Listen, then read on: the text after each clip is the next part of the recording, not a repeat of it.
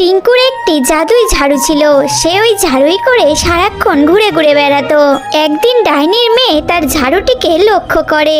এরপর সে তার মায়ের কাছে গিয়ে বলে, মা মা, তুমি আমাকে ওই টিঙ্কুর মতো জাদুই ঝাড়ু এনে দাও, আমিও উড়ে উড়ে বেড়াবো।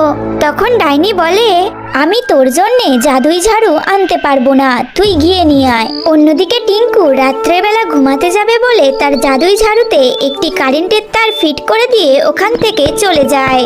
এর বেশ কিছুক্ষণ পর ওখানে ডাইনির মেয়ে আসে, আর সে যেই না জাদুই ঝাড়ুটি নিতে যাবে তখনই সে ইলেকট্রিক শক খেয়ে ওখানেই মারা যায়। টিঙ্কু ঘরের ভিতর থেকে আওয়াজ শুনতে পেয়ে সে বাইরে আসে।